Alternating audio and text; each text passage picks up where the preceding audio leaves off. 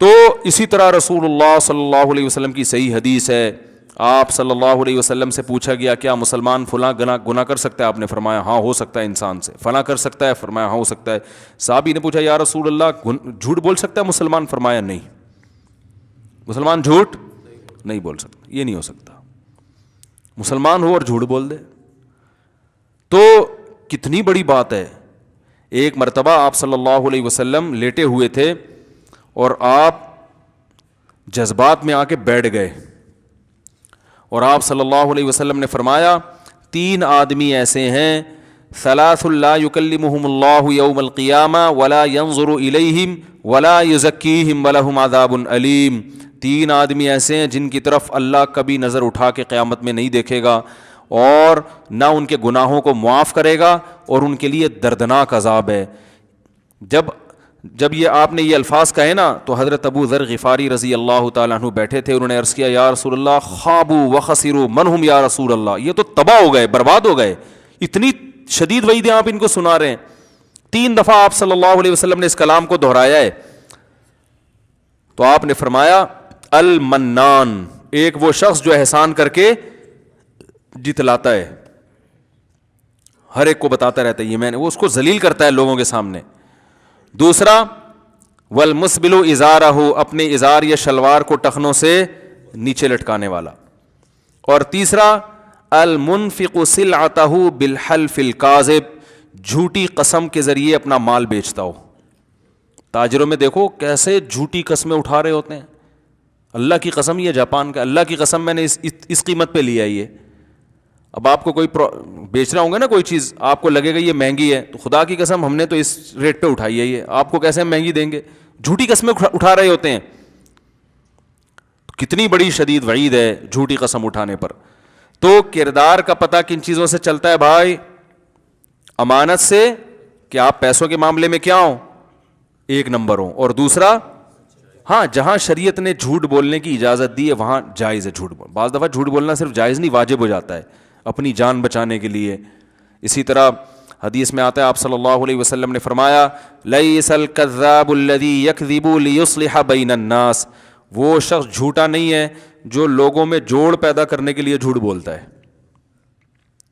جمہور کا مذہب تو یہ ہے کہ جوڑ پیدا کرنے کے لیے صریح جھوٹ بولنا جائز ہے. امام ابو حنیفہ کا مذہب یہ ہے کہ یہاں صریح جھوٹ مراد نہیں ہے بلکہ توریہ مراد ہے. توریہ کا مطلب ہوتا ہے آپ جو بات کہہ رہے ہو سامنے والا اس کا مطلب کچھ اور سمجھے اور آپ کی نیت کچھ اور کی، اور لفظ میں ان دونوں معنوں کا احتمال بھی ہو. امام ابو حنیفہ کی دلیل کیا ہے کہ بھائی حدیث میں تو جھوٹ کے الفاظ ہیں، تو آپ یہ تعویل کیوں کر رہے ہو کہ صریح جھوٹ مراد نہیں ہے؟ 2 دلیلیں ہیں.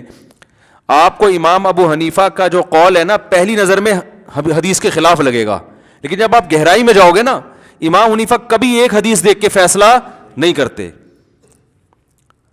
وہ سب سے پہلے قرآن دیکھتے ہیں، پھر دیگر احادیث دیکھتے ہیں. تو وہ کہتے ہیں قرآن میں کیا ہے؟ لعنت اللہ علی الکاذبین، جھوٹ بولنے والوں پر اللہ کی لعنت. تو قرآن کی آیت میں عموم ہے، قرآن نے اس سے کسی کو مستثنا نہیں کیا. علی اطلاق قرآن نے کہا جھوٹ بولنے والوں پر اللہ کی لعنت. تو وہ کہتے ہیں جھوٹ چاہے لوگوں کو جوڑنے کے لیے ہو یا کسی بھی نیت سے ہو، وہ بہرحال لعنت والا عمل ہے.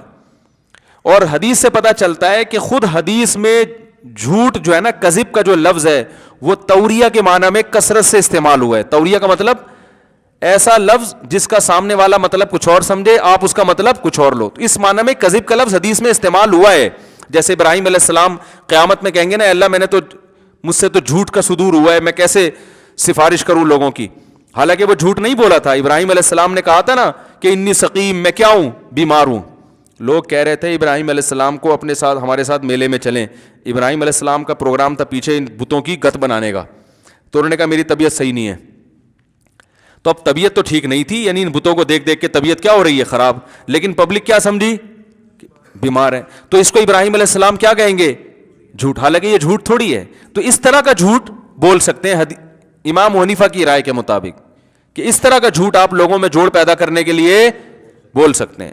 میاں بیوی میں سلو کرانے کے لیے اس طرح کا جھوٹ بولا جا سکتا ہے. شوہر بیوی کی محبت حاصل کرنے کے لیے اس طرح کا جھوٹ بول سکتا ہے. سب بتا دیں گے تو ہاتھ پاؤں کٹوا دیں گے نا. سمجھ رہے ہیں؟ وہ کہتے ہیں نا سب بتا دوں ہاتھ پاؤں کٹوا دوں. تو ایسی گول بات جسے کہتے ہیں، تو لوگوں میں جوڑ پیدا کرنے کے لیے بھی آپ ایسی گول بات کر سکتے ہیں. وہ کچھ اور سمجھ رہا ہو, آپ اس کا مطلب کچھ اور لے رہے ہو, کیونکہ آپ بالکل کلیئر کٹ بات کرو گے نا. وسیم نے ستار تمہارے بارے میں پتہ ہے کیا کہا ہے, تم تو جتنا اس نے تمہیں سامنے کہا ہے نا, اس سے پیٹھ پیچھے اس سے زیادہ کہا ہے اس نے. بالکل سچ سچ پورا بھر بھر کے بتاتے ہیں لوگ لڑوانے کے لیے. تو حدیث میں اس سے ممانعت ہے بھائی, ایسی تفصیل میں ڈیٹیل میں جانے کی ضرورت نہیں ہے. گول مول ٹوپی کرا دو اس کو. اس کو ہم ٹوپی کرانا کہتے ہیں اردو میں, صحیح ہے نا. ٹوپی کا مطلب وہ جب ستار کہہ رہا ہے وسیم نے مجھے سنا ہے تمہارے سامنے یہ بولا ہے, یہ بولا ہے. ابے بھائی تم لوگوں کی سنی سنائی باتوں پہ کیوں یقین کرتے ہو؟ لوگ تو پتہ نہیں کیا کیا بول رہے ہوں گے. میرے سامنے بولا ہوتا تو میں تمہیں بتاتا نا. اب دیکھو اس میں کوئی جھوٹ ہوا, بات کو آپ نے کیا کر دیا, گھما دی. بھائی ہم نے تو اس سے تمہاری تعریف سنی ہے, وہ سنی ہوگی 3 سال پہلے ہو سکتا ہے, وہ والی اب نقل کر دو. جھوٹ بھی نہیں ہے, سانپ بھی مر گیا اور لاٹھی بھی نہیں ٹوٹی. یار وہ تو میں نے تو اس سے تمہاری تعریف سنی ہے, حالانکہ وہ ڈیٹ تھوڑی پوچھے گا کتنے بج کے کتنے منٹ پہ سنی ہے. اور اگر وہ بالفرض یہ پوچھ بھی لے کہ کب سنی ہے, اب چھوڑو یار ان باتوں میں کیا رکھا ہے ہم نے تعریف سنی ہے, اب کیا تم پولیس کی طرح انکوائری کر رہے ہو. اور یہ جو باتیں کی ہے نا اس نے میرے سامنے, تو لوگوں کی باتیں ہیں بھائی, لوگوں کی باتوں میں مت آؤ. اگر میرے سامنے کی ہوتی تو میں تمہیں بتا دیتا. اب اس میں کوئی جھوٹ بھی آئے, حالانکہ اس نے کی ہے بھر بھر کے. تو اس طرح میاں بیوی کو بھی جوڑنے کا حکم ہے اس طریقے سے. بعض دفعہ ایسا ہوتا ہے کہ کوئی عورت کے کسی عیب پر شوہر مطلع ہو جاتا ہے, حالانکہ وہ عورت توبہ کر چکی ہوتی ہے. اب آپ جا کے شوہر کے سامنے بھر بھر کے پورا بتاؤ آپ کی بیگم نے یہ حرکت کی ہے, تو وہ طلاقیں ہو جاتی ہیں. اس کو گول کر دو. ابے بھائی یار ایسا ہی پتہ نہیں بدگمانیاں بھی ہوتی ہیں خام خمیں. بھابھی تو بہت اچھی ہیں, ہم نے تو جتنے خاندان کی عورتیں ان سے ان کی تعریف ہی سنی ہے, تمہیں غلط فہمیاں ہیں. اور یہ اس طرح کر کے نا, دیکھو اچھے لوگ مارکیٹ میں بڑے شارٹ چل رہے ہیں, لڑوانے والے زیادہ ہیں. مجھے یاد ہے ایک میاں بیوی کا کیس یہ ہوا کہ شوہر نے بیوی کو 1 طلاق دے دی. اب جہاں 1 طلاق ہوتی ہے نا, آپ کو پتہ ہے کہ پھر پبلک دوسری تیسری بھی دلوا دیتی ہے. پبلک یہ کرتی ہے, جیسے شوہر نے 1 دے دی, اب لڑکی کے رشتہ دار اور محل, ابے یہ دیکھو اس نے کیا کیا ہے, طلاق دے دی بیوی کو اتنی اچھی. تو آدمی نا اب اپنی جھیب مٹانے کے لیے, اپنا عیب چھپانے کے لیے کہ میں نے غلطی سے دی ہے, وہ اور پھر بیوی پہ الزامات لگانا شروع کر دیتا ہے. او بھائی میں نے بالکل صحیح دی ہے, بالکل صحیح کیا میں نے, تمہیں کیا پتا یہ ایسی ہے, وہ ایسی ہے. وہ لڑائی پھڈا, تو وہ اگلی 2 بھی دے دے گا, آج نہیں تو کل دے دے گا. ادھر عورت کو لوگ ورغلاتے ہیں, تمہیں 1 طلاق دے دی اس نے, یہ تو بڑا الو کا پٹھا ہے, تمہارے اندر تو کوئی خرابی نہیں ہے. او بھائی یہ تو دینے سے پہلے کی باتیں ہیں نا, دینے سے پہلے تو اور طریقہ ہوتا ہے. جب دے دی ہے تو اب جوڑ پیدا کرنے کا طریقہ, رجوع کرنا شریعت میں مستحب ہے کہ اگر دے دیے تو رجوع کرو. تو میں نے دیکھا کہ ایک شخص نے اپنی بیوی کو طلاق دی, تو لوگ اس طرح سے ورغلا رہے ہیں, یہ تو الو کا پٹھا ہے, یہ تو ایسا ہے, یہ تو ویسا ہے, یہ فلانا ہے, وہ اور لڑائی. ایک سمجھدار آدمی تھے, ان کو پتہ چلا, وہ اس کے پاس گئے, انہوں نے بولا یار 1 دی ہے نا, کہہ رہے وہ, اب میں بھی بیٹھا ہوا تھا وہاں, کہہ رہے ہیں کہ بھائی ہم نے تو اپنی زندگی میں یہی دیکھا ہے کہ 1 طلاق کے بعد تو میاں بیوی میں محبت اور بڑھ جاتی ہے. میں نے کہا چھوڑی تو بہت بڑی ہے, لیکن بات اس آدمی نے کیا کی ہے, بالکل صحیح کی ہے اس موقع پر. اور بعض دفعہ بڑھ بھی سکتی ہے. آدمی کو جب جدائی کا احساس ہوتا ہے, تو اس کا یہ سری جھوٹ نہیں ہے, امکان کے حد تک تو ہے نا. بعض دفعہ بھائی دے کے آدمی پچھتا رہا ہوتا ہے, تو انہوں نے اس پچھتانے والے عنصر کو ہائی لائٹ کیا کہ یار دونوں کے جذبات کو کیا کرو, ٹھنڈا کرو, لڑاؤ نہیں ایک دوسرے کو. مرد کو تانے دو گے, وہ اپنی جھیپ مٹانے کے لیے اور غصے میں آئے گا. کوئی اپنی غلطی تسلیم نہیں کرتا. آج کل لوگوں میں یہ سینس تھوڑی ہے, اتنے حوصلے ہوتے تو طلاق کیوں دیتا بھائی ٹھیک ہے نا. تو انہوں نے کیا کہا, وہ بڑے عمر کے آدمی تھے, سفید داڑھی تھی, سمجھدار تھے ماشاءاللہ. تو انہوں نے کہا یار دی تو 1 طلاق تو 1 ہی دی ہے نا, کہ 3 تو نہیں دی ہیں. تو 1 طلاق کے بعد تو ہم نے تو یہی دیکھا ہے کہ جنرلی ایسا ہی ہوتا ہے کہ محبت کم ہونے کے بجائے بڑھ جاتی ہے. تو بیٹھو ابھی کرتے ہیں اس مسئلے, اتنا بڑا مسئلہ نہیں ہے یار, یہ تو اور اچھی زندگی اب انشاءاللہ گزرے گی تم دونوں کی. تمہیں بھی احساس ہو گیا, کوئی مسئلہ نہیں. عورت کو بھی یہی کہا انہوں نے. میں نے کہا یار درجنوں لوگ اس کیس میں دیکھے, خاندانی ماشاءاللہ 1 آدمی دیکھا ہے. تو یہ مطلب ہے حدیث کا کہ جھوٹ بولتا ہے لوگوں کو جوڑنے کے لیے. تو آپ نے فرمایا ایسا شخص اللہ کے ہاں جھوٹا شمار نہیں ہوگا. تو تو حدیث کا مطلب ہے ایسا تو سچوں سے کروڑا گنا سچا ہے. اب ایسے موقع پہ آپ سچ بول رہے ہو آ کے. ایک دی ہے وسیم نے, ایک دی تھی, اس کے بعد اگلی 2 بھی اگلے دن ہی دے دی تھی. کیونکہ جب ایک دیتا ہے نا تو بیوی کے دل میں ایسی نفرت بیٹھتی ہے. پھر ہمارا تجربہ یہ ہے کہ دوبارہ پھر آپس میں جوڑ ہوتا نہیں ہے. پھر ایک دفعہ جب طلاق دیتا ہے تو طلاق ہلکی ہو جاتی ہے زبان پہ, پھر بار بار دیتا ہے. احتیاطاً بہتر یہی ہے کہ آپ وہ یعنی بزبان حال یہ کہہ رہے ہوتے ہیں, سراہتاً تو نہیں کہتے, یہ چل رہا ہے. تو اپنے ارد گرد نا اپنے خیر خواہوں کو اور اپنے بدخواہوں کو پہچاننے کی کوشش کرنی چاہیے. ہر چیز ہر ایک کے سامنے بیان کرنے کی نہیں ہوتی. خیر خواہ لوگ مارکیٹ میں تھوڑے ہوتے ہیں, بنتے زیادہ ہیں. مارکیٹ میں یہ شو کرنے والے کہ ہم آپ کے خیر خواہ ہیں, شو کرنے والے زیادہ نظر آئیں گے. حقیقی معنوں میں جو آپ کے خیر خواہ ہیں وہ مارکیٹ میں شارٹ ہوں گے. وہ اس طرح کے ہوں گے جو ہلکا, ابے یار یہ کیا ہو گیا, کوئی بات نہیں. اور میں تو آگے بڑھ کے کہتا ہوں, اللہ نہ کرے اگر 3 بھی ہو جائیں نا, اللہ نہ کرے 3 بھی ہو جائیں تو اب تو ہو گئی نا, اب ریورس تھوڑی ہو سکتے ہیں. اب بجائے لڑوانے کے, چاقو چھرے نکلوانے کے, اب جو دے دیے, دینے سے پہلے تو چترول لگاؤ اس کے. میں تو کہتا ہوں یہ نوجوان لوگ بات بات پہ طلاق کی دھمکیاں دیتے ہیں, باپ کی ذمہ داری اپنے بیٹے کی کٹ لگا دے کسی دن کہ تو کچھ اور بات کر لیا کر, تو یہ بات بات پہ دھمکیاں کیوں دیتا ہے.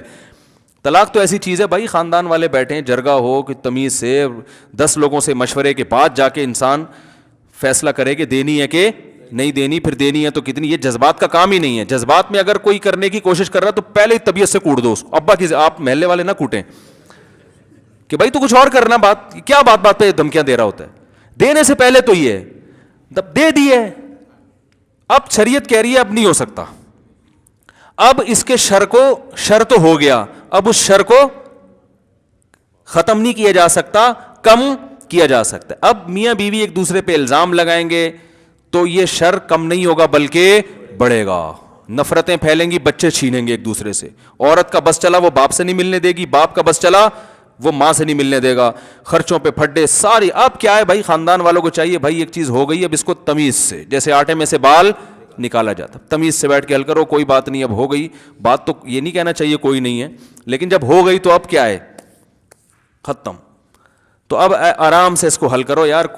بعض دفعہ نہیں بن رہی ہوتی, علیحدگی ہو جاتی ہے, اب اس کو بہت بڑا ایشو بنانے کی چندہ ضرورت نہیں ہے. کوئی بات نہیں, بچے اس کے بھی ہیں, اس کے بھی ہیں. بچوں کی خاطر جو ہے نا, اب آپ دونوں میاں بیوی والا تعلق تو نہیں ہے, لیکن اتنا تعلق تو ہے کہ وہ آپ کے بچوں کی ماں اور یہ آپ کے بچوں کا باپ. تو نہ آپ اس کو ماں کے خلاف ورغلاؤ گے اور نہ بچوں کو, ماں بچوں کو باپ کے خلاف ورغلائے گی. اس کے ذمے خرچہ ہے, اور آپ خرچہ اتنا نہیں مانگو کہ اس کی جو ہے نا وہ زندگی عذاب میں آ جائے. قرآن نے کیا کہا ہے, لا تضار والدۃ بولدها ولا مولود له بولده. نہ بچے کی وجہ سے باپ کو نقصان پہنچایا جائے اور نہ بچے کی وجہ سے ماں کو. دونوں سے ملنے سے روکا بھی نہیں جائے گا. اور جو شریعت کے احکام ہے بھائی, کسی کو ثالث بنا کے تمیز سے محبت سے فیصلہ کر لیتے ہیں. جن لوگوں نے بھی ایسا کیا ہے نا وہ خوش ہیں, ان کے بچے طلاق کے باوجود بہت اچھی طرح سے پلے بڑھے ہیں. اور جنہوں نے ایسا نہیں کیا نا وہ عذاب میں آئے ہیں. بعض دفعہ ماں بچوں کو چھین کے لے جاتی ہے, لیکن بچے پھر یاد رکھو ماں کے بھی نہیں رہتے, کیونکہ باپ کا سایہ محروم کر دیا نا, وہ بچہ نہ باپ کا رہا نہ ماں کا رہا. اور اگر باپ لے گیا تو ماں کی ممتا سے باپ کے خلاف دل میں ان کے جذبات پیدا ماں کے خلاف جذبات یعنی باپ کے خلاف جذبات پیدا ہوتے ہیں ان کے دل میں. تو رسول اللہ صلی اللہ علیہ وسلم نے ایسے موقع پہ جھوٹ بولنے کی اجازت دی ہے. لیکن یہاں جھوٹ سے مراد کیا ہے, گھما کے کچھ ایسا کر آ کے کہ اس ایسے پہلو کو اجاگر کیا جائے جس میں جوڑ کا عنصر, بولو نا بھائی, زیادہ ہو. ہم پتہ ہے کیا کر رہے ہیں, الٹا کام کر رہے ہیں, ہر ایک کو لڑوا رہے ہیں.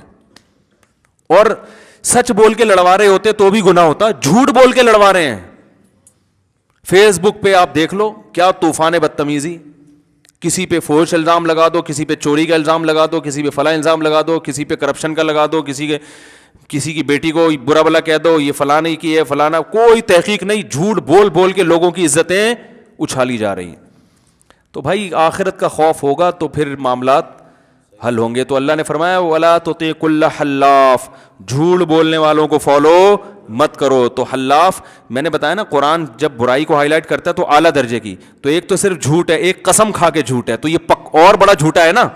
تو اس لیے قرآن نے کہا جو جھوٹی قسمیں اٹھاتے ہیں, جھوٹ بول کے معاشرے میں فساد پیدا کرتے ہیں, ان لوگوں کے پیچھے مت کرو. اس صفت میں ان کی اتباع مت کرو.